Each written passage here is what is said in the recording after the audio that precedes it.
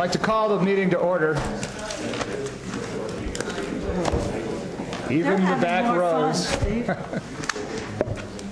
Good morning and welcome to the Board of Supervisors meeting of December 9th, 2008. Would you please rise to join me in the Pledge of Allegiance? I pledge allegiance to the flag of the United States of America and to the republic for which it stands, one nation, under God, indivisible, with liberty and justice for all.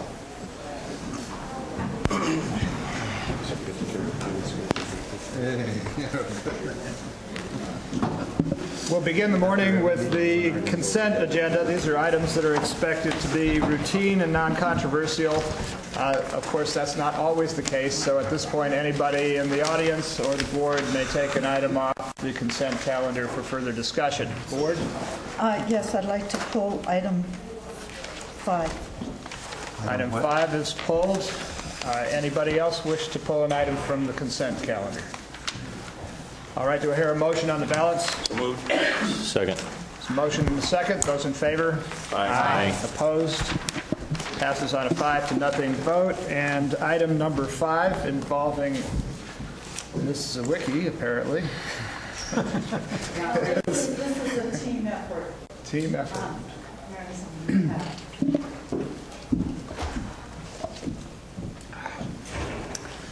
I pulled item 5 because it is a topic that we always want to put to the back burner because we don't like knowing about it, which is child abuse. I'm on the Calaveras Juvenile Justice Commission, and every month we get statistics of child abuse in Calaveras County. And so I want to share it with my colleagues this morning because I think it's important that we keep it in front of us. And as things have become more difficult for families in Calaveras County, so has there been an increase in child abuse cases. And it's just something that Mary's department is tracking. I think it's something we need to be cognizant of in our neighborhoods and in places that we go around the county. I guess what brought it close to me in terms of I see these monthly is the article that was in the Record regarding that young boy in Tracy who had been chained and put in a fireplace and so on and so forth. So this is in all areas of Calaveras County. There is not a section of Calaveras County that doesn't have child abuse cases. And I just wanted to take this moment to share it with my colleagues and with the public to keep this in our minds, especially as we move into the holiday season. And I don't want to beat it up because I'll cry. So I'd like to move item 5. Thank you, Mr. Chair. Thank you, Supervisor Callaway, and thanks for bringing this to our attention. This is a pretty important issue in Calaveras County, and it takes the entire county to deal with it, not just county officials, but citizens as well.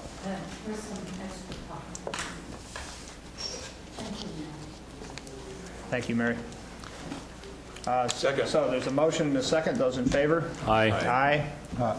Opposed? Passes on a 5-0 vote. We'll now take a 4-minute recess and then move to public comment. Now for the much-awaited public comment. These are for items not on the agenda and are expected to be within 5 minutes per person or 15 minutes per topic. Would anybody like to address the board? Good morning, Mr. Chair and Board. I'm Randy Mesker with my Calaveras County Ag, or not Ag, but Fish and Game Commission hat on. I passed some information out. Most of you, if you've been reading the paper, have heard about the lawsuit that's been brought before the Fish and Game. I actually was in 2006. So few of us are kind of upset that we haven't heard about it before this, but I was on the phone yesterday morning with Stafford Lair, who is our fish and game biologist, actually for the whole Sierra region now, and they've had to suspend planting fish in. Of the 180 waters that are plantable that he manages, something like 78 of them he can't plant anymore, and how that affects us. Well, it affects us economically if some of those are in our county. And Tom, you can relate. Angels Creek is one of them, and that's our big place for planting lower elevation. White Pines Lake is a huge recreational area at Merida. Alpine Lake isn't in our county, but it'll affect our county. Shads. Shad Reservoir over in the West Point side, over in your area. In talking with Stafford, I don't really understand this, and I've been on the phone with Marita yesterday, but we don't know all the details yet. Just wanted to alert you that the Fish and Game Commission will be investigating this further. Stafford says they're still trying to negotiate being able to continue to plant till their EIR is completed. They've asked for an extension and haven't been granted it yet. They did. You'll read the letter that we have a proposed letter. He said, don't send a letter to the Fish and Game Commission or the board. They have a canned response. Of course, they're on our side on this deal.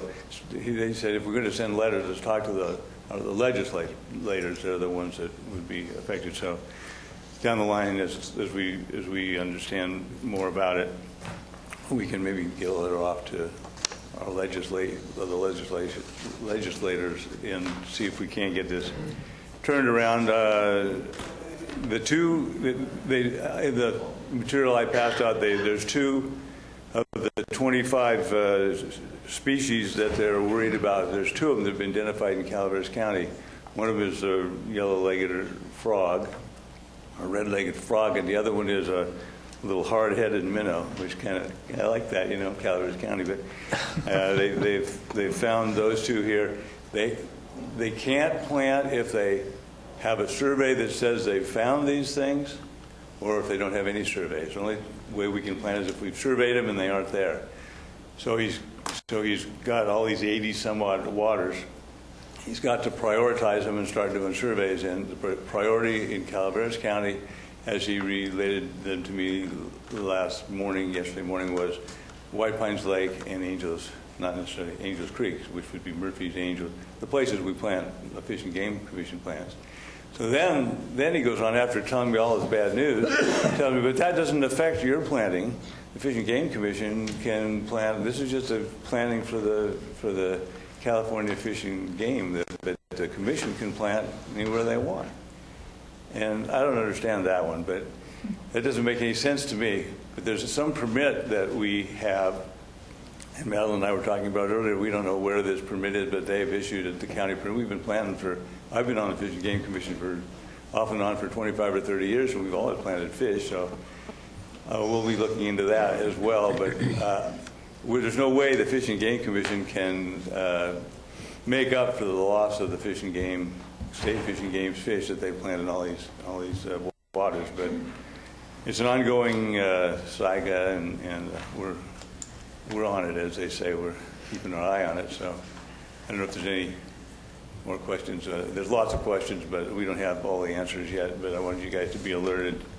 And then the other 4-page deal I passed out kind of gives you a background, and it identifies all the whatever they are, fish and frogs and everything else that is affected that they'll be looking for when they do their surveys. And if it's just run this course the way it is right now, it looks like we won't be able to plant, the Fish and Game, State Fish and Game won't be able to plant our waters again until maybe 2010. Yeah. That's the news from Fish and Game Commission. One question. As you know, there are a number of major events in the springtime, fishing derbies and particularly at shads. That's a pretty big deal. The organizations that plan for those begin fairly soon in their efforts. Should we let them know that this is maybe going to be a different kind of year for them? Well, it might be wise to advise them of what's going on.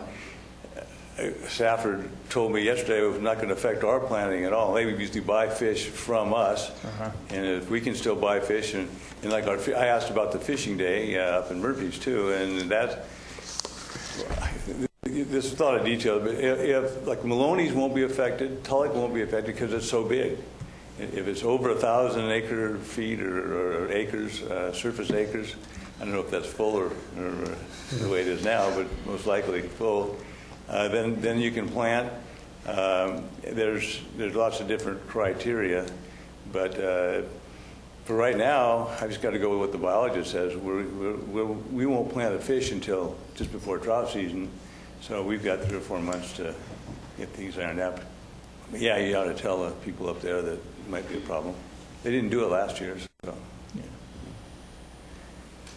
So anyway, the other item I have, short item, is on the December 18th, Thursday, December 18th in the afternoon. We're going to have a staff retreat, and we'll have the office will be closed for that afternoon. And What date, Randy? Excuse me. 18 December, next Thursday, week from Thursday. Yeah, so we'll have the notices. We'll put public notices and press notice stuff out, but I wanted you guys to know about that. And that's it. Thank you. All right, thank you, Randy. Good morning. Kathy Borland from the Human Resources Council. I'm here to give you an update. I just wanted to say that I was here a few months ago to tell you about the food bank, and I think you thought I was a little naive by saying that we hope to be done by mid-December. Well, we're on track, so haha. Would you like to take over all the rest of our projects? Yeah, right. It's actually looking really good, so please go out to George Reed Drive and take a look at it. The curbs are in, the blacktop's in, the asphalt's in. We're very excited. It's turning out to be quite the project and much better than we ever thought it would be. And so please come see it. We're actually, and I came to tell you to save the date, March 7th, we are actually going to be doing a launch for the Human Resources Council. If you haven't heard, we are changing our name, and we're going to be doing a huge launch on that day. So we're doing the grand opening of the food bank on that day, as well as launching our brand new name and our brand new look. This is part of a huge plan that we are doing to reorganize the whole entire HRC, and this is the first step, and it just kind of coincides with our food bank. So we'll be doing something on the 7th, so please keep that day open and watch for more news. On another note, I want to remind you that this is also Santa's Express season. We did our giveaway on Thanksgiving. For Thanksgiving, we gave out 650 boxes to families. We had approximately 400 people on a waiting list. It's pretty huge this year. This year for Santa's Express, for Christmas, we plan on doing 650 as well. And to invite you to come help us, it's a huge project. This is done totally by volunteers. It's a regular army of volunteers who do this whole thing. And on the 21st, we'll be doing packing day, what we call packing day, where they actually pack all the bags and things. They're going to set up in the town hall. It's huge. They give away clothes and toys for children and families as well.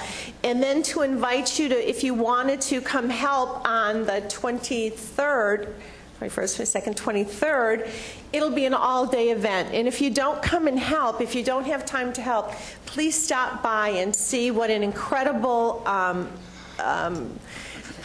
thing this is. It's a huge undertaking, and it's really kind of organized chaos. And we have over 650 families come through during the day. And so we invite you to, but if you want to volunteer to help set up, we would be happy to set you to work. And as usual, if you want to do that, you can call Billy at 754-1257, and she'd be happy to put you to work. That's about it. So watch for March 7th, and we'll come back and we'll see you. And please come by the food bank. If you want a tour to go on, we can go on site if you'd like, so just call us and we can take you over there and be happy to take you. I don't think there's too many big equipment out there right now, but it's very exciting. This is truly a community event. Please give us a call, go by, take a look at it. Thank you. Thank you. Kathy, is the new name of the organization still a carefully guarded secret? Or? Yes, and I'd have to kill you. Or actually, they can kill me. Yes, it's a very carefully guarded secret. We have unveiled it to our staff, but they're even bound by, we want to do it all at once and have a big grand opening. Thank you. I've seen your building, and it is very impressive looking. It's very impressive. We're going to do a lot of great things there, the county. We're going to be able to do a lot. Thanks. Would anybody else like to address the board? Good morning. Brian Moss, Environmental Management. And I would just quickly like to remind the board and the community that we are having a meeting here tonight as conducted by the State Water Resources Control Board to discuss the proposed Assembly Bill 885 on-site wastewater regulations, statewide regulations. In addition to that, there will be discussion regarding the draft environmental impact report that is associated with the regulations. So this is just a reminder to the board and the community to this is our opportunity to tell the state and share with the state what our ideas are regarding the proposed regulations and the draft environmental impact report. Time to comment at this time. So thank you. Thank you. What time is that meeting? 7 o'clock. Thank 7 you. o'clock. That's in this Right here chambers. in the board chambers. Thank you. Okay, last chance for public comment. Anybody else? Good morning. Morning. Mr. Chairman, Board of Supervisors. My name is Tony Bertolucci, and I'm with the San Joaquin Calaveras Building Trades Council. And I'm here this morning to briefly touch on a topic here. And I know it's very popular, and it's regarding the Trinitas project. I'm here this morning to speak on behalf of the project. And the reason I'm here is to represent the building trades. Again, like the name implies, it's building, and I represent all the trades.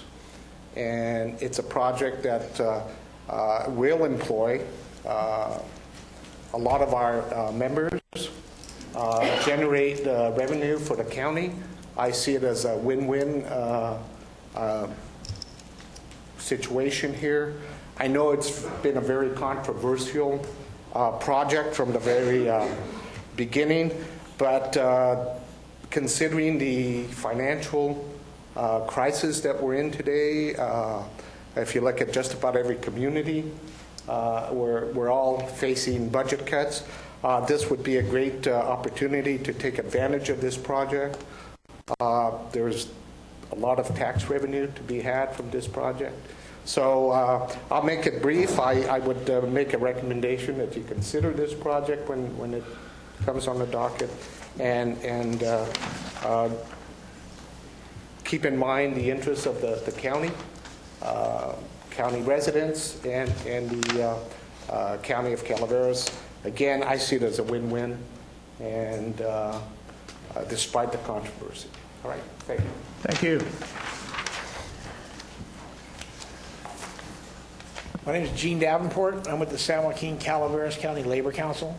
I'm here to also talk on the Trinitas project, and it's time to move forward on this project. This is if you open the closet on this situation, there's a lot of things that are going to come out, and it needs to step forward now. I mean, we have a company that's running this project that has the capital to continue development. That means tax dollars coming into this county.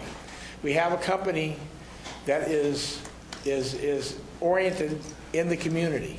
They want to develop this project for the schools. The schools can use this golf facility for their golf program. The UOP is using it for its golf program. the community that can come there, be a part of this development. It's important. There's a lot of things that have been said about the development of this project. One, the roads.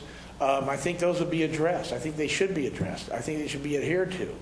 But all the things, all the negativity that started from this project was brought on by outside sources and individuals that I don't think saw the whole project.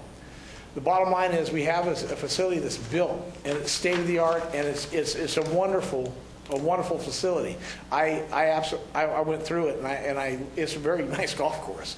But that being said, the development plans that he has for that facility are going to benefit this community as a whole. And it's time to start looking. We're in a recession. I mean, we're looking at people losing their jobs and their homes all over this country. And this county is not left out of that. They're a part of that. We have a company that has the money to go forward with development and to retain jobs in this county, regardless if they're union or not. I'm talking about the working men and women of this community. They need good representation. They need fair representation. They need people to back them up. We have a corporation that's willing to do that with their project.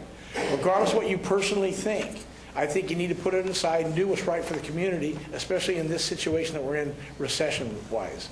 And I think this guy is onto something here. I think he's got a wonderful property, and he has developmental plans for this property that I think the county would be very proud of. So I hope you consider that and put this forward. The tax dollars this thing will generate are just, it's wonderful. So that is my opinion. I appreciate your time. Thank you. Thank you, sir.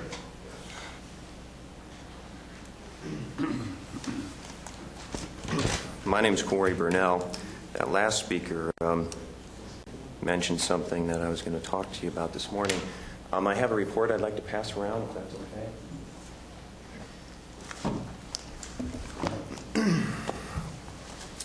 I have an independent investment management practice in Valley Springs called Burnell Wealth Management, and I'm here this morning to address the economic deterioration we're all witnessing around us.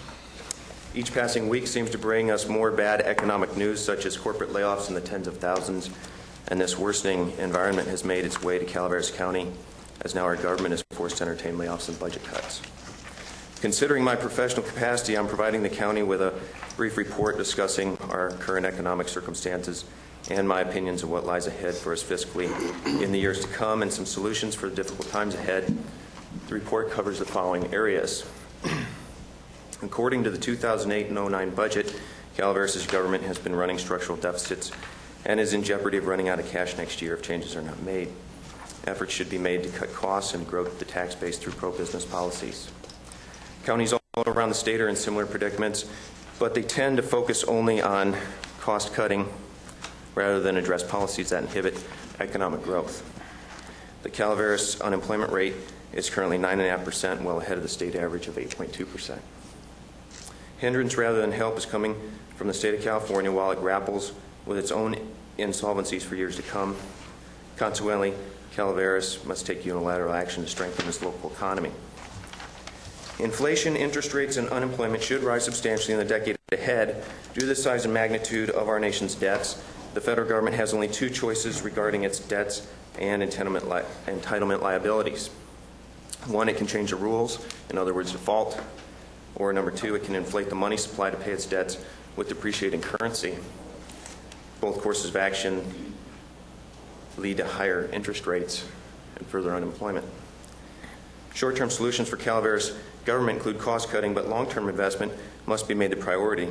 Development projects currently before the planning department should be acted upon without delay to put local residents to work and increase tax revenues.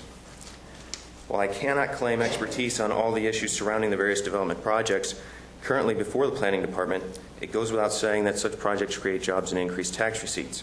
Of the projects currently delayed, the Ridge at Trinitas stands out as unique because it is commercial in nature. It estimates to employ 4 or 5 dozen people and stands to generate somewhere between $500,000 and $1.4 million in tax revenue for the county each year. A thorough economic report about the Ridge at Trinitas was generated by Syrian Villavicencio and should be reviewed in its entirety. Highlights from this report include estimates of Trinitas generating $1.5 million in payroll, desperately needed at this time. Sales tax revenue estimates of about $250,000 to $1.1 million annually. Transient occupancy tax of about $50,000 annually. Local construction expenditures of approximately $20 million. Approximately 48 to 60 new jobs, $250,000 in building fees, road improvements paid by the developer, economic impacts from out-of-county guests ranging from $3.5 to $14.9 million, and again, estimates of total county tax revenues of $500,000 to $1.4 million. Now, the economic multiplier effects referenced in the Villavicencio report are of interest and tremendous importance. Of particular significance is the influx of millions of dollars a project can generate from sources outside the county. This amounts to a large trade surplus with the world outside Calaveras County as locally grown goods and services are sold to out-of-county guests. Trade surpluses are the communal income by which one community becomes wealthier than another. Conversely, communities that run trade deficits become poor since they're either spending savings or borrowing to consume beyond their aggregate income. The Trinitas project would contribute positively to Calaveras County's trade account, or in other words, to its aggregate net income, thereby enriching the entire community either directly or indirectly. As of October, the county's unemployment rate was 9.5% and climbing. Consequently, Calaveras must embrace and encourage rather than discourage what may be very few significant employment ventures in the years to come. It won't be often during times of economic recession that businesses capable of employing dozens of residents present themselves to Calaveras County. The opportunity should be seized whenever available during times like these. The county's current $1.6 million cash carry is in jeopardy of disappearing with the next annual budget, and yet tax revenues from the Trinitas project would go a long way toward fixing this problem. Delaying this project and the ensuing revenues may cost the county further layoffs or reductions in public safety services. If, on the other hand, the county takes a proactive approach to increasing employment and tax revenues, citizens in Calaveras County will be better able to weather the oncoming economic storm. Calaveras County has tools it can employ to defend its economy and its government from the current economic malaise and potentially devastating contractions of the future. The conclusion of the report before you is that the beneficial solutions do exist and should be acted upon without delay. I apologize for my hurried input here, but I understand we have a 5-minute time limit. Thank you.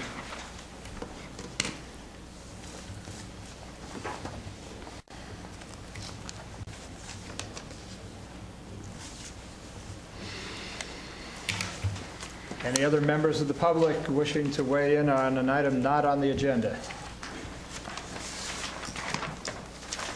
Hearing none, we'll move to the next item, item number 9. This is a presentation of a resolution recognizing Linda S. Churches, CPA, Auditor Controller, and staff for excellence in financial reporting.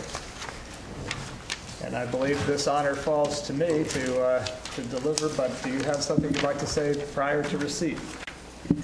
I would like to point out that this is the culmination of the entire staff's work for an entire year.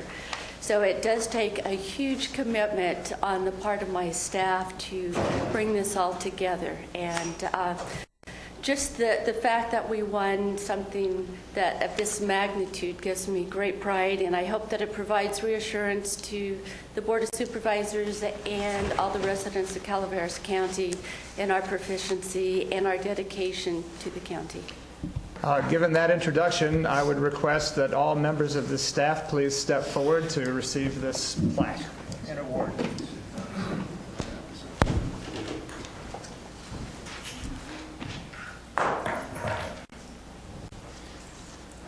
Let me read it to you. It's a Certificate of Achievement for Excellence in Financial Reporting. It's presented to this county, but of course you're the ones who won this thing, so we're presenting it to you. For its comprehensive annual financial report for the fiscal year ended June 30th, 2007. The Certificate of Achievement for Excellence in Financial Reporting is presented by the Government Finance Officers Association of the United States and Canada, an international award, to the government units and public employee retirement systems whose comprehensive annual financial reports achieve the highest standards in government accounting and financial reporting. So I'll present this to you, but thank you very much for all your hard effort. I know this didn't come easy.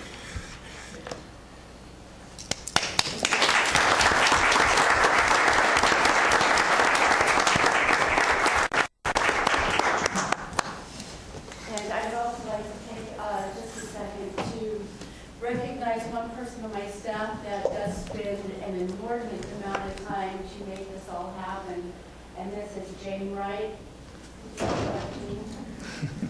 Jane spends,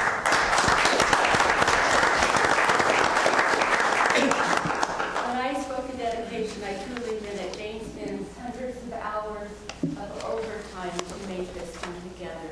And as she's the management level, she is not compensated for that. That is extreme dedication that is very rare in government or private business.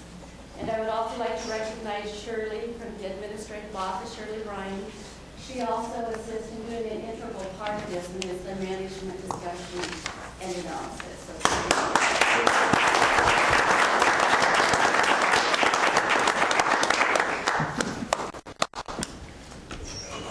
Thank you all.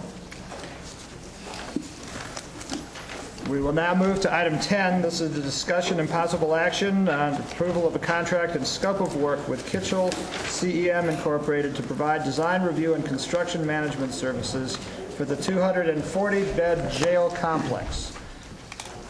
Mike? Good morning. Mike Walker, Undersheriff. This is one of those milestone dates in this project. I'd like to thank first the Administrative Office and County Counsel's Office for their valuable assistance and their help in teaming with us to put this together to come before you today. This has been a project that we have been striving to get accomplished for the last couple of months. It's been a negotiation process. It's been a request for qualification process. It's been an evaluation process. It's been an interview process and negotiation process. It's brought us forward today. Before you is a contract and a scope of work that will cover management, construction management services and design oversight of the new county jail, sheriff's office, dispatch center, and emergency operations center. This is almost a $57 million project that at this stage the Sheriff's Office and County Administrative Office is very eager to hand over to a construction management firm to take it forward for us from this point forward. All of the county offices that have been involved in this project have done a Herculean effort in getting it to this point, but at this point we need to have a group take it from here and get us to final construction. The contract before you today is for $2,768,881. That roughly equates out to about 5% of the project. It's a huge amount of money, but I'd rather bring this forward to you today and have this money budgeted in this project up front than have to come to the board at the end of the project and tell you we're that amount of money over budget. This is the group that will get us to the final completion of the project within budget and under the time frames outlined. At this point, I'd like to... HRC has set a pretty high mark on this. They have. I was thinking, actually, maybe we ought to just hire them. At this point, I'd like to introduce to you the primary team that will be working on this project from Kitchell and from the Sheriff's Office. First, from the Sheriff's Office, Captain Eddie Ballard. Captain Ballard will be assigned to this project full-time and be working on a day-to-day basis with Kitchell and all the other components that will come along after today's event. That's going to include architectural. We'll be going out to bid for construction. It'll be the construction process. Captain Ballard will be working on a day-to-day basis. For the Kitchell group, we have their president, Russell Fox, project executive Tim Larkaric, and the lead project manager Art Lytle. They asked me at the beginning of today if I wanted them to actually participate in this process, and I told them that they're going to be part of our team, and yes, they will participate in this process. That the board is a part of the team for this project. They're a part of this team. The Sheriff's Office is a part of the team. So I would like to have them come up and tell you a little bit about their company and then answer any of your questions. Thank you.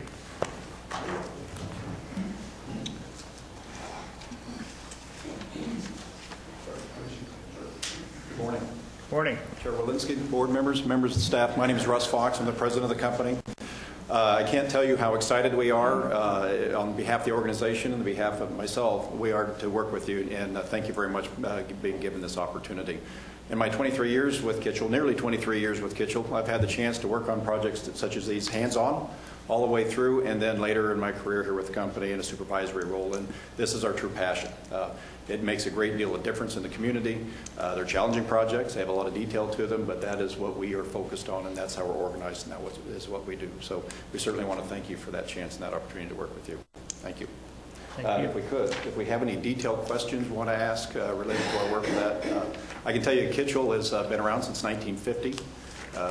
The primary focus of the organization, our particular group, is to do just this type of work, construction managed work, design management. So we've got a long-running history of doing that on just these type of facilities.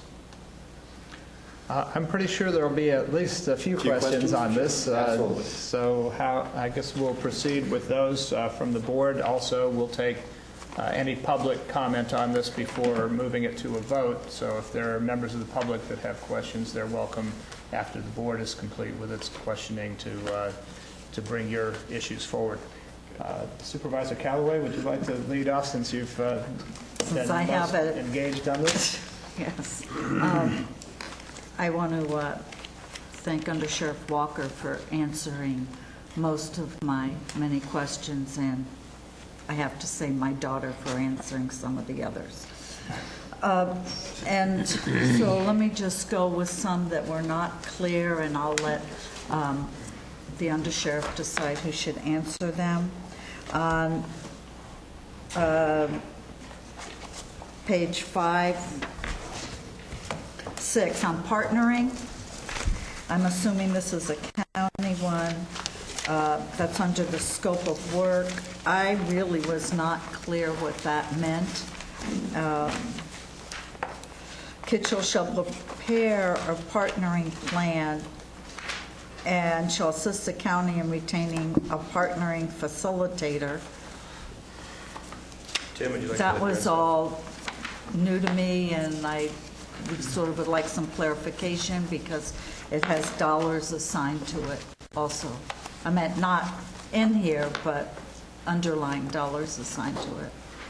Okay, sure. Let me start off and explain a little bit about the partnering concept. And what a partnering concept is it's a concept that's been brought up that basically is at the start of construction. It really gets the contractor, the architect, the owner, the user groups, and of course ourselves. Really, it's a kickoff meeting that is facilitated by a professional partnering facilitator. And what you do is you start out, you define the goals of the project, you define what sort of hurdles you may anticipate encountering, and then collectively work together to come to basically an understanding as to how you're going to collectively work together to overcome those in a cooperative venture. So it's really a gathering of everybody together to kind of bring things to the surface from the start and say, for instance, a contractor may say, one thing that I've encountered in the past is that when I've had a problem and I've submitted a request for information, that the architect has taken too long to answer it, that he's taken his full 14 days. And what I'd really like is the opportunity to be able to assign that as a hot item, know that that goes to the top of the architect's list, and get that response. And then the architect, hearing that will, 99 times out of 100 agree toward that. It's a cooperative venture. And in turn, he may say, okay, I'm more than willing to do that. But, there may be a couple that may take me a little bit longer that aren't hot. Is that okay? So it's an agreement process that isn't, it's just really getting everybody off on the right foot with an understanding. You define what your goals are. We need to remember, a contractor, wants to get this job done as quickly and as efficiently as possible. And so he's looking for help from the team, just as like we're looking for help from the contractor, to get things going, site coordination, different things like that. So this is not done until after the design documents, construction documents and the award for construction has been done? Yes, yes. This is normally done basically prior to the contractor kicking off his work on site, or Okay. very early on in that Okay. in the stage of that. Yeah. All right. And it's something that can be used or cannot be used. It's, we can assist in recommending facilitators, getting them brought on board or something. Not all projects use this. It's a concept that can be discussed as to whether we want to implement this or not. Okay. It has value. All right, thank you. On same page, 1.30, coordination of court facility projects. Sure.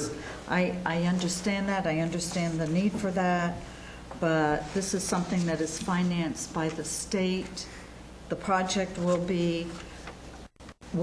your services, and I guess this should really go to the CAO and the sheriff's office,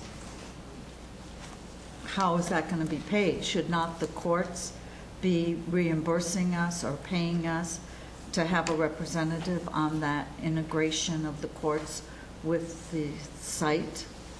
And you're already meeting with the courts, so will Kitchell then be involved in those meetings that we're now having with the courts?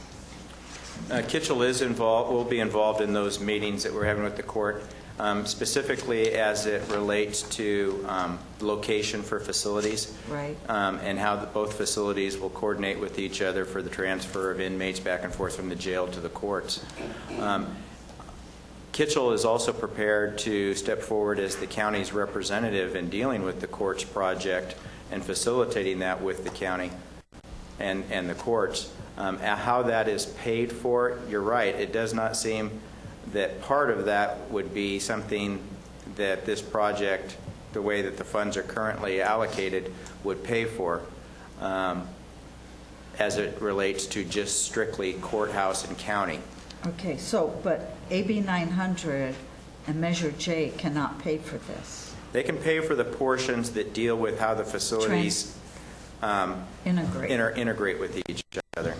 Okay, so the But work there's that the we're other now issues. doing with the courts, or that, I guess, Mike, what I'm asking is the $2.7 million that we're going to be paying, does that include their services to be our representative in the building of the courthouse? That's Yes, how I read that. yes.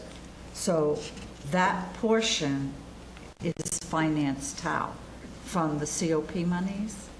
Well, part of it, I would imagine that's where the county anticipates that coming from. Well, these would be costs that we would not incur if we were not constructing a jail adjacent to the court facility. This doesn't represent a subsidization of the state's work.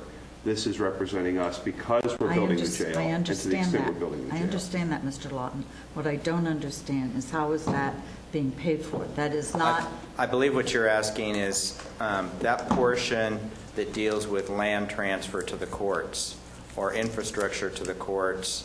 I am going to read what this says, and I guess I'm not being clear. I'm very concerned because we're all real happy and excited, but we go through money really quickly, and it's very specific. Kitchell shall represent the county's interest, assist the county in the coordination, construction of the court facility to be constructed by the state, et cetera, et cetera. So as I'm reading it, part of this contract is that Kitchell will be our representative. And mind you, I mean that's not the issue for me, in the building of the court, which could be 3 years down the road. That's part of the 2.7. Correct. And how, I mean, you don't have to answer me now, but I think we need to be real clear what monies are paying for what. I agree with you. And so that's not clear to me. So, okay, move on. Could I ask a Yeah. backup on this? It seems to me that what you're suggesting is that some of this may fall outside of our RFP and the scope of what we had contemplated here within the budget, the 2.7. Shouldn't the a court, some portion of the court allocation be shared cost in relation to their effort on that. The 2.7 does include those costs. And I think it will be up to the county to negotiate that with the AOC and the courts at a future You're saying date that's as a to reimbursement rather what than portion of an that is their original cost. allocation. Yeah, I'd prefer an original allocation to that. I would too. Okay, I needed to put that out there since this is the only time we can, don't want to modify scope of work. Oh, I'm sorry, go ahead. Well, if I may, Mr. Chairman, somebody started off, I think you mentioned that this is about 4.8 or 5% of the $56 million construction cost. Now, there's nowhere in the $56 million, I don't know what the court facilities are going to cost, but they aren't contained in the $56 million. No. So I think I'm going along with Marita that maybe it's because my name is Thomas, but I doubt that the $2.7 million is going to cover Kitchell's involvement on day one all the way through the year or year and a half or whatever the time frame for the court is the court construction is going to cost. There will be an increase. They are not the construction management firm for the courts. They are the construction management firm for our county project. And such, as the county's project interrelates to the courts, that will be their function. I understand that, Mike. I'm just putting it out there. According to this, they're going to be helping us through the construction of the courts, representing the county's interests. And I think it'll be up to the county to define what that role will be. It may not be to the level of work that it will be for the jail. That it will be for the jail. That's fine. And it may just be how the jail interacts with the court and how the county deals with the AOC and the courts over their acquisition of that property and things. The county may decide it wants to go a different route. Okay. Otherwise, Russ is right. Okay. Then I have one more. The demolition of existing facilities. I didn't realize it till I read the board packet that was going to be in it. It has not been discussed with the board, that it's included. Again, not that I have a problem, Russ wants us to look at it in terms of can we convert it to a juvie facility. But again, my concern is how do we pay for that? That's not included in AB 900 either. That's correct. And Kitchell, I just want to clarify Kitchell's role in that too as construction management. They aren't actually the firm that gets out on the ground and does the grading or the surveying. Right. They're overseeing this project for us and managing those firms with the county's interest at heart.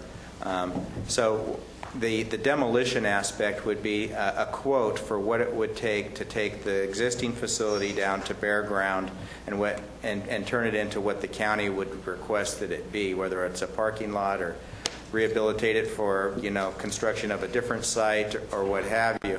They would be the ones that would facilitate what those costs to the county would be. Okay. Where it could come back to the board for the board's decision as to what it wants to do with the existing property. So assuming we decide to demolish the building, and we know there's going to be a lot of hazardous waste that need to be done, is part of this scope of work that they're going to oversee that too? Or what it ends at, they give us the quote of what it would cost to demolish the existing facilities? It's the later. It's all inclusive? No. It's just, okay. Getting what it would cost. Okay. Michael, I thank you for answering my questions, or we'd probably have been here much longer. And you're welcome. Bill Claudino would have been kicking me. So I appreciate the time you took. Thank you. Anyway. Other questions from the board? Supervisor Thomas. Marita and I just came back from the CSAC conference in San Diego, and there was I became aware of a new, very sophisticated software that was described to me as being 100 times more sophisticated than AutoCAD, that you can put the plans of a particular project, complex project like the jail, into the system, and in minutes it'll show you conflicts in the drawings. And I come from a background in construction where I've been on projects where the structural didn't overlay properly with the architectural. So, where I'm heading with this is, does Kitchell have that type of capability? We do. Okay. We actually have a group that is all they do, and it's building information modeling, what you're talking about, Okay. where you can model the entire facility in a 3D graphics, and you can actually take that into the estimating phase, scheduling phase, and look for conflicts as we discussed. Okay. One of the things that has been a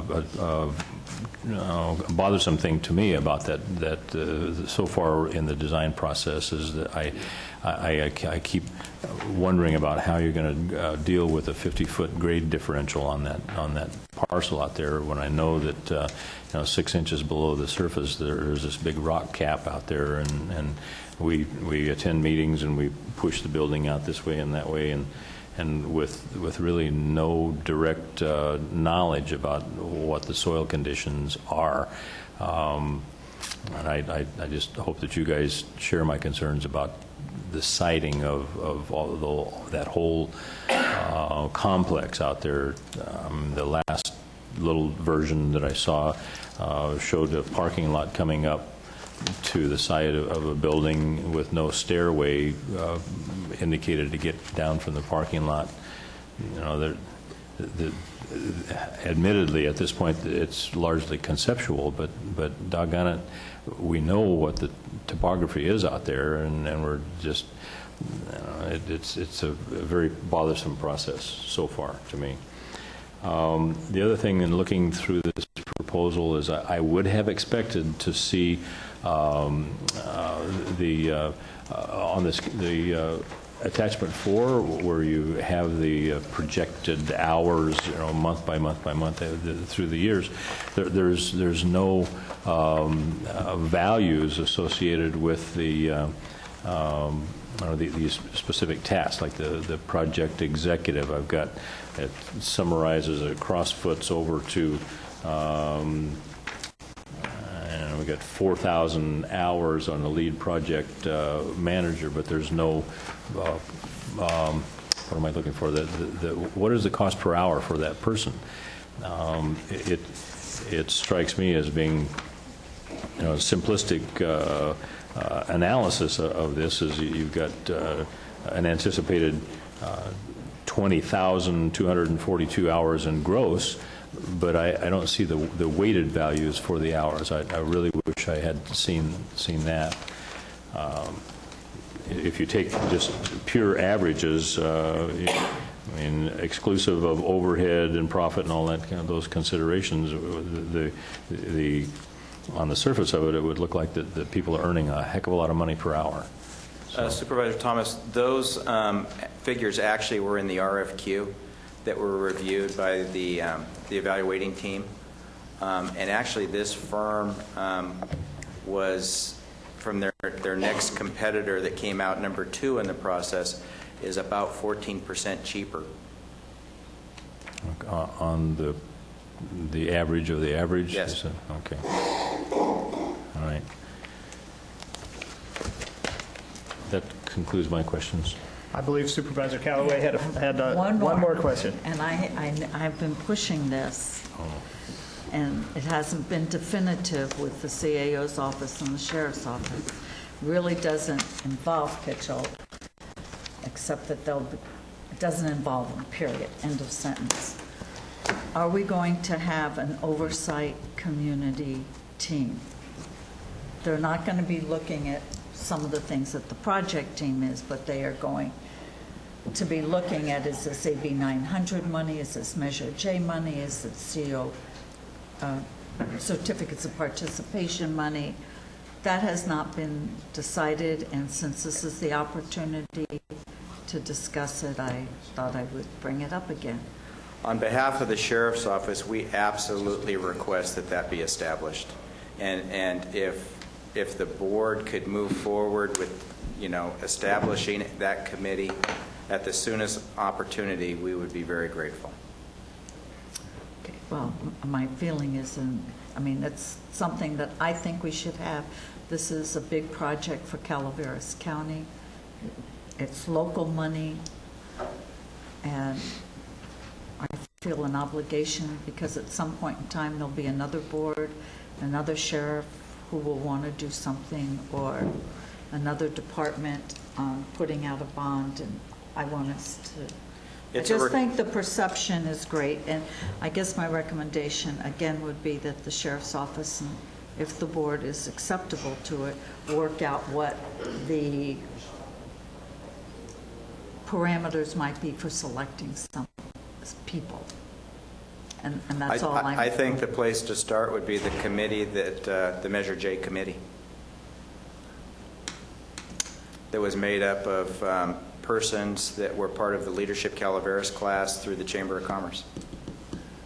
Do they represent all districts in the county? They do. Mr. Walker? Okay. I don't have a problem with that. I'd like the CAO to give his input, and I'm not sure about the rest of my colleagues. The question that you bring up is actually a requirement in school bonds now, that there be a committee established. And I think just for the peace of mind of the taxpayers, I think it's a wonderful idea that we should carry it over to this bond also. I think so. But I also think we need to set up what their parameters are. They should not be approving every change order that goes through, unless you want to make one person part of the team. But that's all. I beat the subject up enough. I just thought I'd take the opportunity to do it one more time. Well, if we could get a board consensus on that, we could bring it back to you in the form of a study session for action. I'm a yes. Yes, fine. We can poll the board on this. What I'd be interested in is options of how to structure this. I'm interested in broad representation. I want to make sure that I think the Chamber has a good start on this, but maybe there could be some augmentation. There may be skill set issues that we want to augment this committee with, and I'd just like to study it, take a look at it, and make a decision about participation, and if that's the spirit that this is offered. He said yes.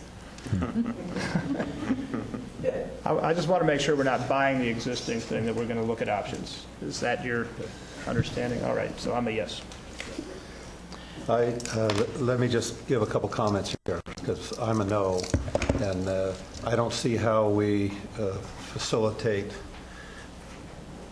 the project by having just a layperson's group that has no expertise in the field. And I worry very much that it will I worry that it will add time to the project, and it will add cost to the project. I'm certainly not interested in adding either to the project. And to the extent that, these three gentlemen have to come up and brief an oversight committee and then brief the board and answer more questions and the like. I think that's the responsibility of the Board of Supervisors. I think that's why we're elected to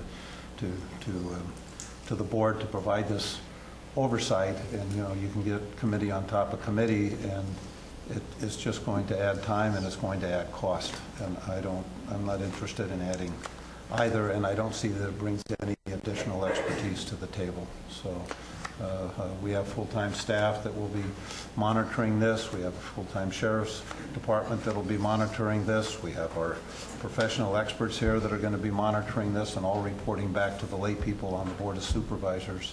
And I think that's how it should be organized. So I'm not for forming another outside committee to take up additional time and to require additional costs.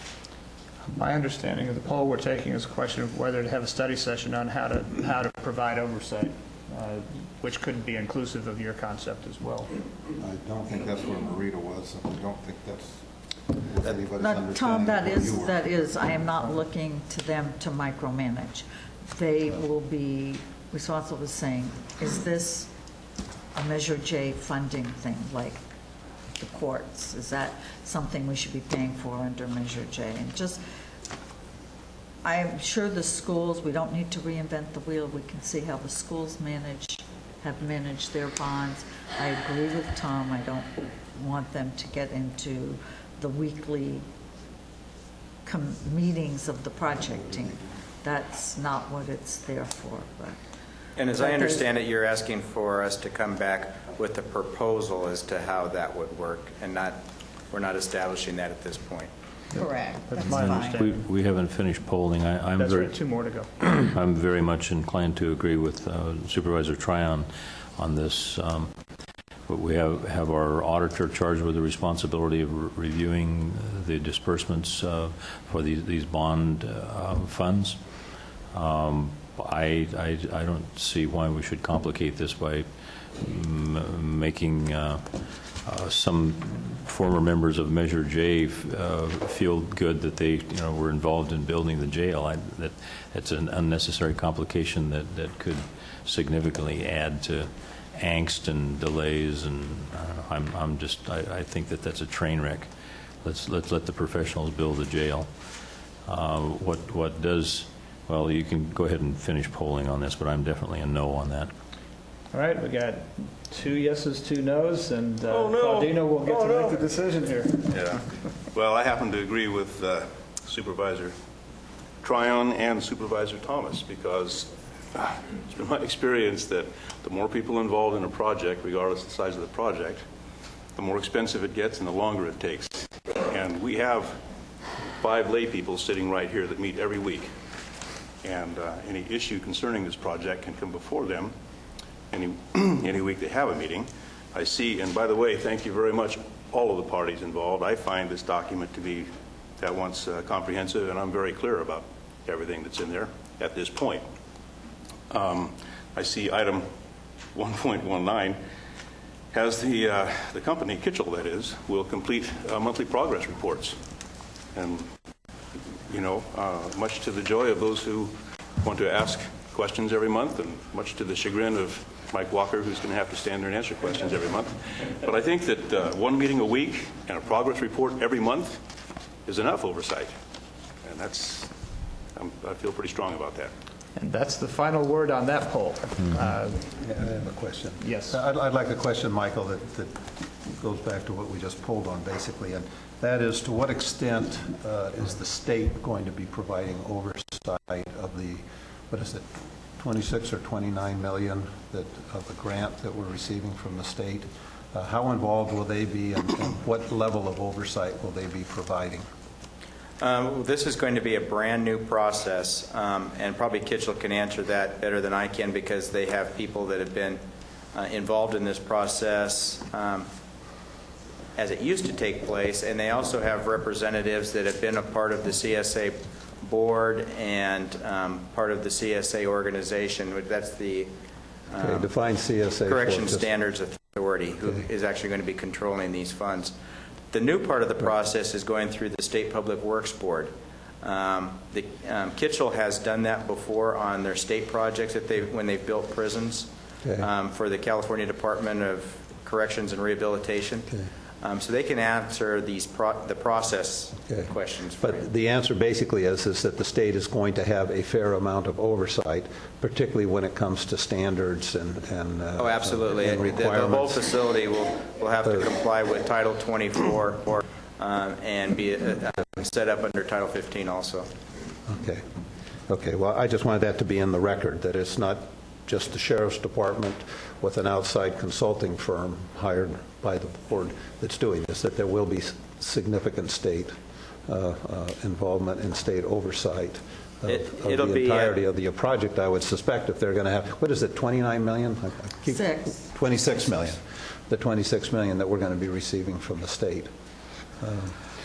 It's going to be at multiple state levels that there'll be oversight. Right. Okay. Well, that's what I suspected, and I just wanted to make sure that was clearly in the record. Of the consultants here, they talk about recent projects that they've done of similar size, scope, and complexity. Could you just name a few of those? We've worked with Madera County, with Merced County.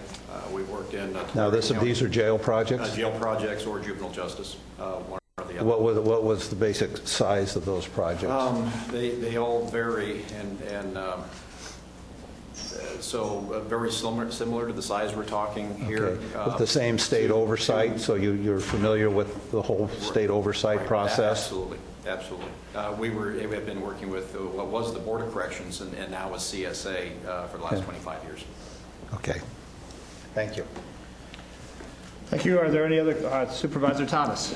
It is a little bit of a concern to me about this, the AB 900, the structure for getting money out of those bonds. I mean, I hope you guys are confident that we can get the monies dispersed when we need them.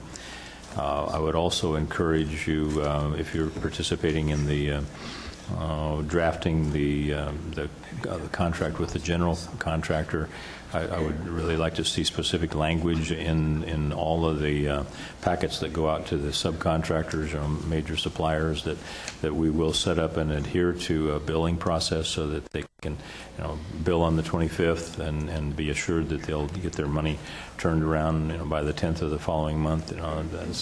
Something like that will commit to an aggressive billing turnaround. And I think that would be a very significant measure that we could take to reduce our costs.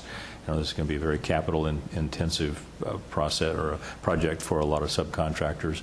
I'm personally hoping that we have a lot of local contractors that have the ability to bid on this project, and we don't have huge contractors here, but I think that it would go a long ways to give them assurances that they're not going to get buried or upside down financially in the project if they can be assured that they get their bills in, they'll get paid.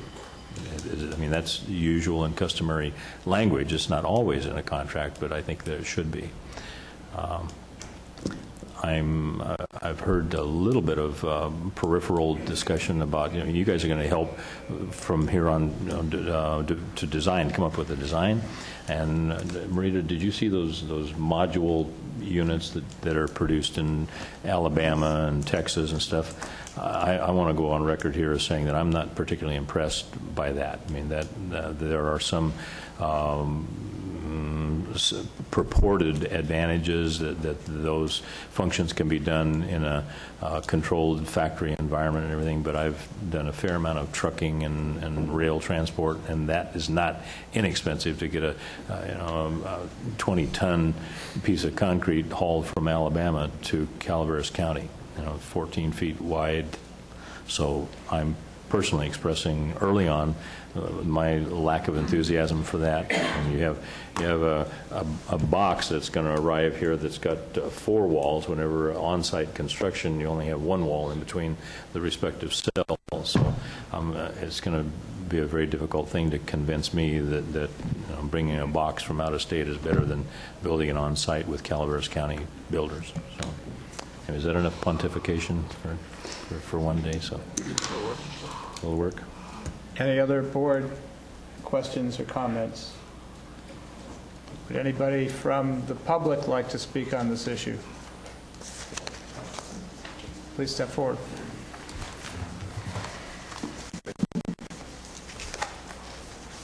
I'm Mark Wilson with Signal Service, and I would like to speak to the design element of the project. To qualify my company as a closed-circuit television, intrusion, access control, fire alarm, flow systems contractor, to qualify us, we were extensively involved in the recent Amador County Superior Courthouse project. And the concern I want to express is that sometimes in the design phase of a public works process like this, a local contractor is precluded from participating in the bid process because proprietary systems may be called out that would exclude us. So I'd just like to express the concern that I hope that the design process will allow for a local contractor to participate in the project when it comes to the bid phase. Thank you. Okay. Thank you, Anybody Mark. else from the public wish to speak? All right, well, I'll add my 2 cents worth on this last issue. Calaveras citizens voted for this, and there will be considerable amount of Calaveras taxpayer money going into this project. It seems to me, given our economy, that we need to pay very close attention to setting this up in a way that benefits the local economy. If this much money is going to be spent here, we should do everything we can toward that end. So at minimum, I would ask the people who are going to be managing this to, and sometimes this has to do with just an economy of scale. For if you break it down into pieces, people have the capability of bidding. If you try to do it in extremely large parts, sometimes that means we'll be importing companies and labor from other places. My hope is we'll look carefully at that. Obviously, we have to do things efficiently and the best way possible, but where we can, and I hope that your monthly report would include a report outlining what local contractors and who we're contracting with and what efforts have been made toward that end. I think you'll find that this board feels pretty strongly about hiring local. Sheriff Downham. Yeah, sorry. I have expressed individually to board members my desire to make sure that we leave as much of this money in the county as humanly possible. That has been expressed to Kitchell also, that if we find qualified people, not just people, but people here that even sell the materials, that sort of thing, in my mind, they should certainly get some kind of preference. I'm not exactly sure how the preference works, but we need to find a way to do it. We need to keep as much of that money here as we possibly can, and that's been made clear to everybody at every step of the process. Thank you. I think, from my perspective, it isn't so much preference as just making sure that they're allowed, and it's presented in such a way they're allowed to bid and present Thomas, a competitive bid. And in my opinion, if they're qualified, I think there should be a preference, quite frankly, and I agree with you, they should be allowed to bid. I worked in Oakland for a long time. They had it set up for a variety of reasons to give preference to local people based on different criteria. I know there's ways to do that. I'm just not I'm not familiar with all the ins and outs of that, but we need to find that system. I mean, well, obviously, I guess if somebody from here wants twice the price. Is that we have an obligation to deliver the project, and absolutely, we don't want to go over budget, so we don't want to always be taking the high cost bid. I mean, I'm all for it being an open process, but I'm also very interested in coming in within the budget and having the product that we promised everybody we would deliver. We absolutely agree. You know, I have a question, Mr. CAO. If we come in over budget, does the general fund pick that up? Not this general fund. You know, and to be fair, you know, the other thing is that you know, we don't know what the market's going to be like for this work. We may find ourselves coming in under budget with the savings. If we come in over budget, frankly, there's no money. There are no general fund monies available that I'm aware of to complete the construction. The jail, I mean, the way we've been looking at it, the jail's the priority. The jail's what our citizens voted to support. The jail gets all the priority. What's left from the jail, everything else gets built, hopefully to the way we want it, if not much smaller or gets left out. But the jail's the project. I gave Eddie back the playground. And it'll be green. Thank you. Thank you. LEED certified, that's all. Paint the cement green. Grow grass on the roof. All right. If there are no further comments on this, I would entertain a motion. I'll make a movement. Go ahead, Marita. That's all right, Bill. I'm just going to Go ahead. move for approval of a contract and scope of work with Kitchell, CAM, Inc., to provide project management services for the 240-bed adult detention facility, Sheriff's Administration Building, Dispatch and Office of Emergency Services. Second. There's a motion and a second. Those in favor? Aye. Opposed? There being no noes, that's a 5-0 vote.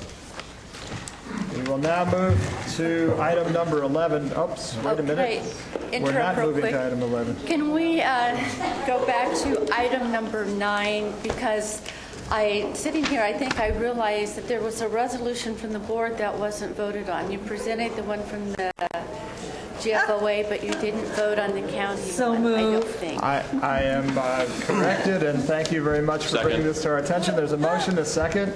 Those in favor? Aye. Thank you. Voting no. Anybody? Passes on a 5-0 vote.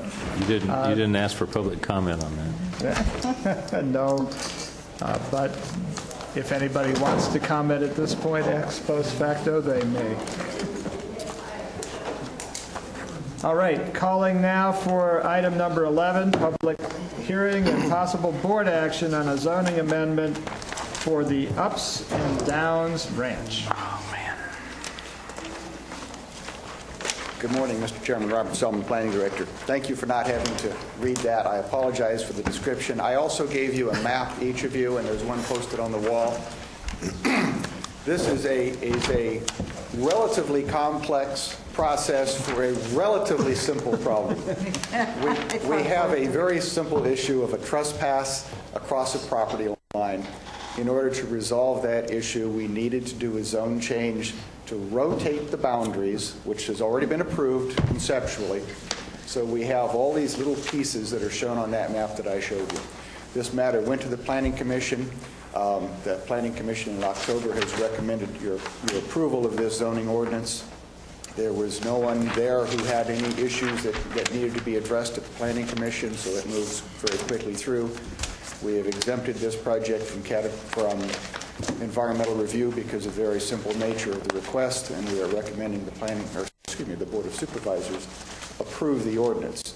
This is a zone change, so it is a single ordinance reading, and that is all that's necessary. It's a whole lot of paper for it is certainly a complex process. I apologize to the applicants and everybody else.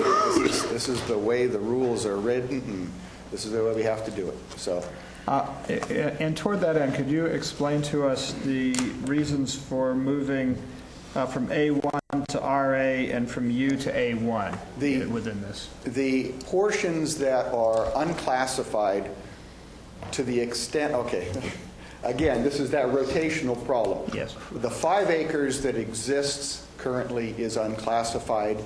In essence, we are rezoning all of that to RA.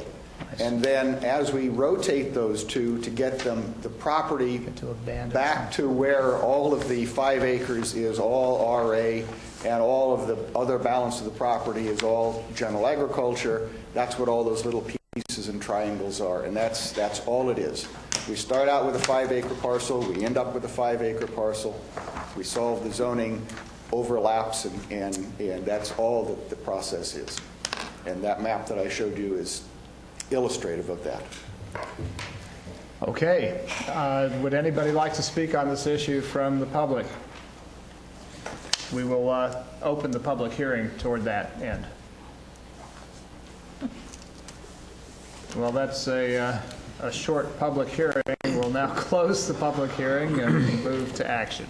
Mr. Chairman, staff would recommend the board adopt the ordinance as presented as recommended by the Planning Commission. Is there a motion to that effect? Just before we get into that, I'd like to ask Mr. Selman a question. I mean, why has this taken since 2006 to get this done? I mean, it looks like it's housekeeping, it's ministerial, it's nothing threatening any oak trees, it's nothing threatening any frogs. You know, I hear all these explanations about why it takes a long time to process applications that are dealing with all those issues. But this is not a project. This is like I said, a housekeeping thing to clean up a property line. This should take 90 days. Why is it taking 2 years plus? Well, the problem is not how long it takes to do it. Unfortunately, this is one that was caught up in what was a very large influx of applications at our office in a time when we had very little staff. We have to manage all of those processes. We try to deal with the applications in the order that they come in to the extent we can. It's a constant juggling act to try to make sure that those applications that can be done simply do get moved forward. But at the same time, we have to be careful that we don't stop processing all of the other applications that preceded a relatively simple application from getting acted on at all. We have a report, I believe, for next meeting. John has sent a report to your board about our history of personal communication, of what we've been doing. We average, if you have that already, through the last basically 6 to 7 years, we've averaged about 200 applications a year. When I first came here, I want to say it was about 134, 140 applications we received in a year. Unfortunately, 2006 was one of our banner years, and we got almost 300 applications. So with a very limited staff and judging the complexities of projects, we have a tremendous balancing act that we have to do, trying to move all of those applications forward to the extent that we can. Currently, we have about 200 applications in the queue. That covers almost 100 new applications, as well as the balance of those that have been perking through the system, if you would, through the years. So some move quickly, some, as you can imagine, get very complex, and this is one we managed to avoid the complexities, even though there was that potential. There is a difficulty. There's no arguing that. More people, more time, all of that works to get things solved. We don't have very much of either. Okay, any other comments? Do you wish to reopen the public hearing? No, I would just like to add a response to Mr. Thomas's suggestion. My name is Jack Rudd. I am the managing general partner, quote, of the Ups and Downs Ranch. And I struggled with the delays, but I understood and did not object to them, because ours was a 2007, an early 2007 project, and when I was told by planning staff that they had a backlog of 2005 and 2006 projects, I said, I understand that. I would not want a 2008 project worked on before my 2007 project, but also, I understood setting mine back aside until some of those others were taken care of. So even though it took a long time and there was some frustration, I was not unhappy with the process. While we've got you up here, I sort of have a curiosity about this. Is the name Ups and Downs relating to the topography or the mood on the place? Neither. It's relating to the annual fluctuations in the cattle business. Okay. I appreciate that. Knowing Jack, will that be the cattle market? That's right. All right. That's great. So I want to ask Mr. Selman a question. Okay. Bob, could you come answer further questions? So, Bob, that was very kind of you, Mr. Rudd, to acquiesce to the process we have. But I want to know if we have a policy now, or do not have a policy now, of somehow prioritizing projects. In other words, I understand what you're talking about, the queue here, but if someone comes in with a boundary line adjustment, are they going to have to wait until a 200 or 300 lot subdivision goes through the process before that?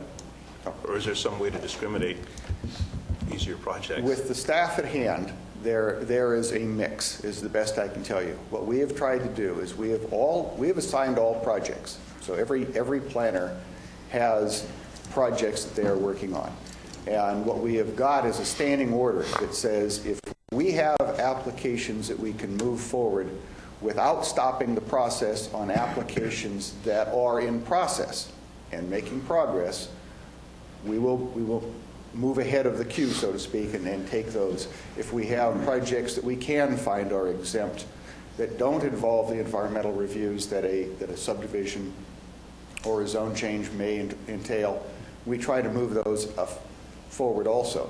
But we're always trying to do that in the voids of the processing as we move through an application.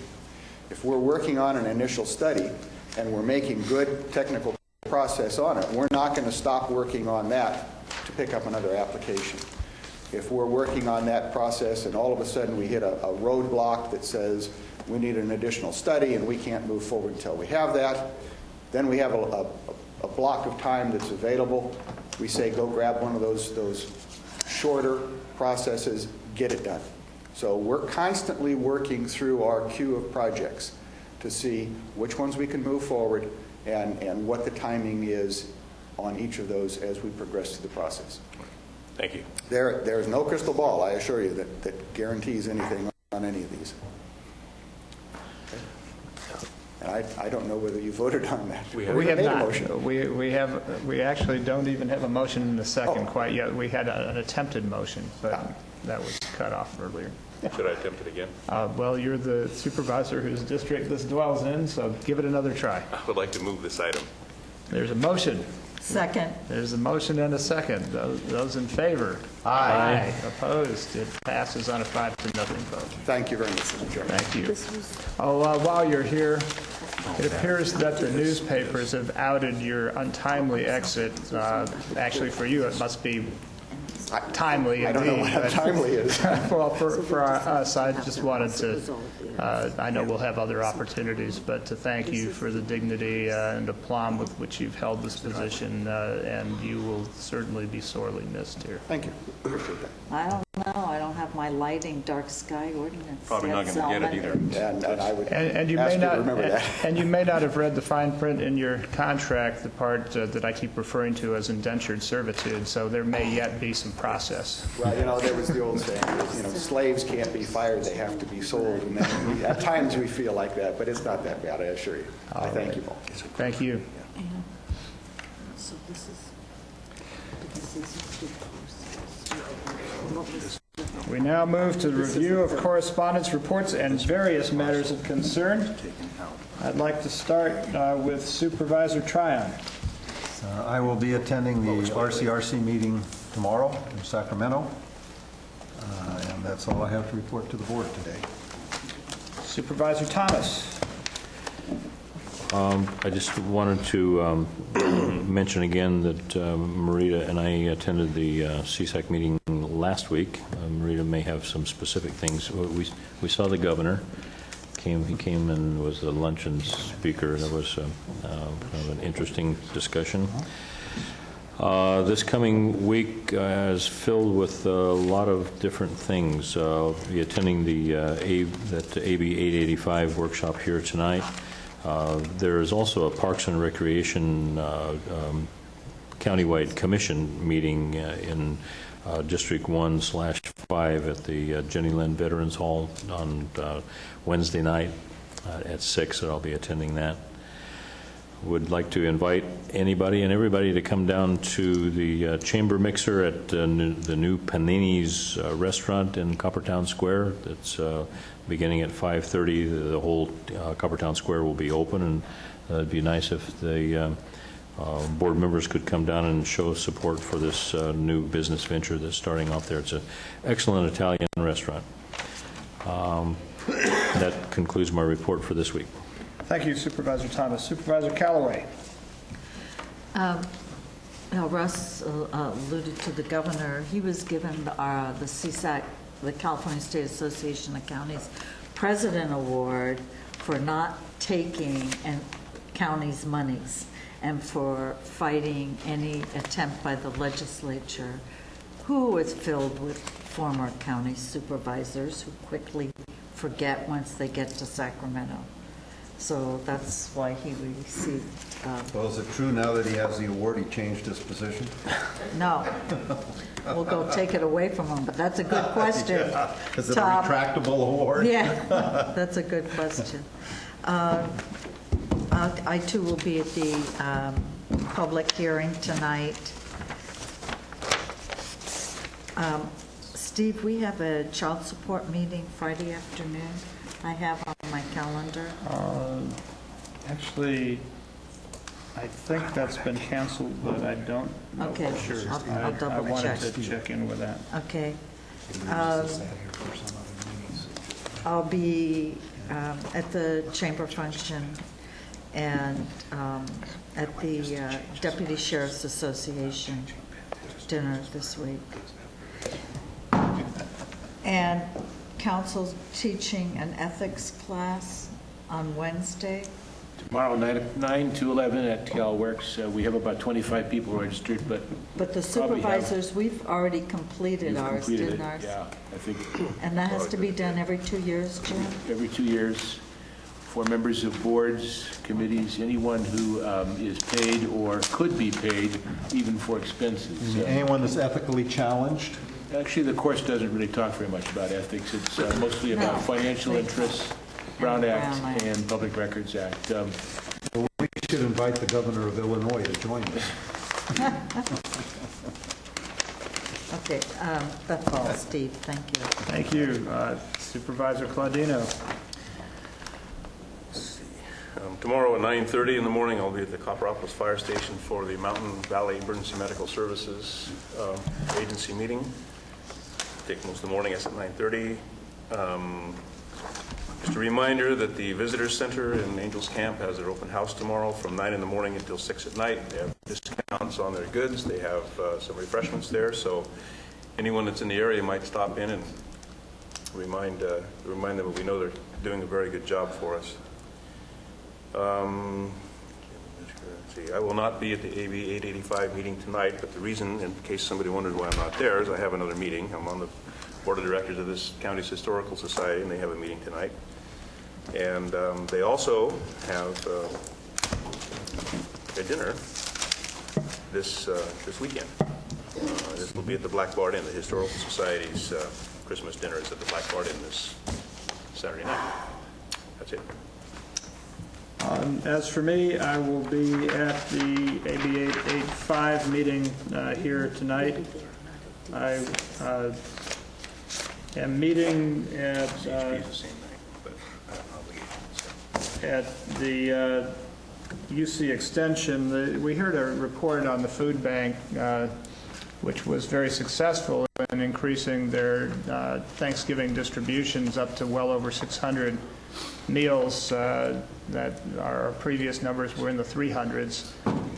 They also mentioned that over 400 people did not get served, as we find the need for food is now exceeding our supplies. So we will be meeting, and I would like members of the public to be aware of this, on an initiative to encourage 4-H clubs, farmers affiliated with Calaveras Grown and unaffiliated as well, people who are involved in the Master Gardeners, to take a look at planting an extra row in every garden in Calaveras County and making sure that the extra food goes into these food banks so we can actually meet need. And we'll be meeting with the food bank at the UC Extension at 2 o'clock on the 10th. Anybody interested in attending that and helping formulate this project? We've got a lot of land and a lot of people with skill growing things. If our deficit right now is roughly a third of need on Thanksgiving, imagine what it will be like in 6 months. So our hope is that we can anticipate by planting appropriately in the early months of this coming year, so that we'll be harvesting enough to be able to feed people who are coming up short. We also, we'll check into that and whether we have a family support, child support meeting on Friday. I'll be attending the Calaveras Grown event on Saturday afternoon. And there's an Economic Development Chamber meeting on Monday at 3. And that's all I have to report. Oh, I have one other thing to report. Oh, go ahead. Which is last Thursday we actually hosted the Sierra Nevada Conservancy meeting, and again a number of projects were funded, including projects in the districts in a number of districts throughout our South Central region. There's still a number of million more dollars to distribute, and there are projects in virtually every district in Calaveras County that are putting together proposals on that. They're due in mid-February, and I hope people will be working with the folks in their district to put these together effectively. Something to my surprise, I was elected the vice president of the organization on that day. The president of the organization is appointed by the governor, and so we alternate chairing the meetings. So I'm excited to get to play that role this coming year, and I will avoid chair withdrawal as a result of it. Steve, I yes, have one. and Supervisor Callaway has an additional announcement. When we were in San Diego, in the San Diego Union Tribune, it stated the recession's already a year old. So we need to remember that we heard it first in Calaveras County from Shirley Ryan, who called it almost to the day. Thank you, Supervisor Callaway. Our CAO, any announcements? Well, first, Mr. Chair, I would like to thank Supervisor Callaway for her endorsement of the financial skills and acumen of Assistant County Administrator Shirley Ryan. Proved right once again, and I'm waiting for her prediction of good times on the way. Second, sir, you and your colleagues, I'm sure, will be relieved to know that I have successfully completed my AB 1234 training while at the CSAC conference, so I am duly certified ethicologist or whatever. Beyond that, my only matter of concern is whatever it is that the county council may have to add at this point. It's all been covered. Except for the 3 closed sessions that we have planned in your behalf today, apparently. Nothing. Nothing? Gary, do you have something you'd like to add? I would. I also attended the CSAC meetings. I'll introduce him. This is Supervisor-elect Gary Toffanelli, and he may have some schedule issues to share as well.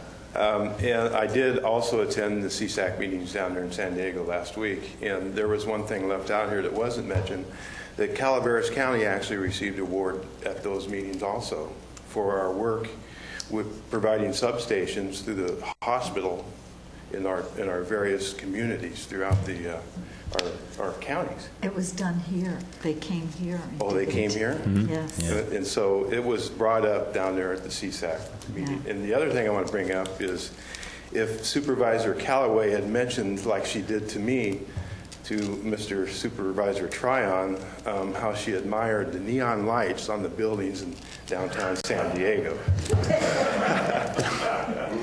She liked the women in neon. You were in the wrong district, Marita. Well, without going retro on an issue that may have passed us by, I think we'll move to comment from, I keep hoping, it's been now... yeah, we're counting on you, Madeline. Bring something up. We got 50 weeks down and a couple more to go here. Maybe just a reminder about the meeting. Next week will be the last meeting of the year. Okay. Would you like to... I think this is your moment. Next meeting will be the last meeting of the year. And that will be on December 15th.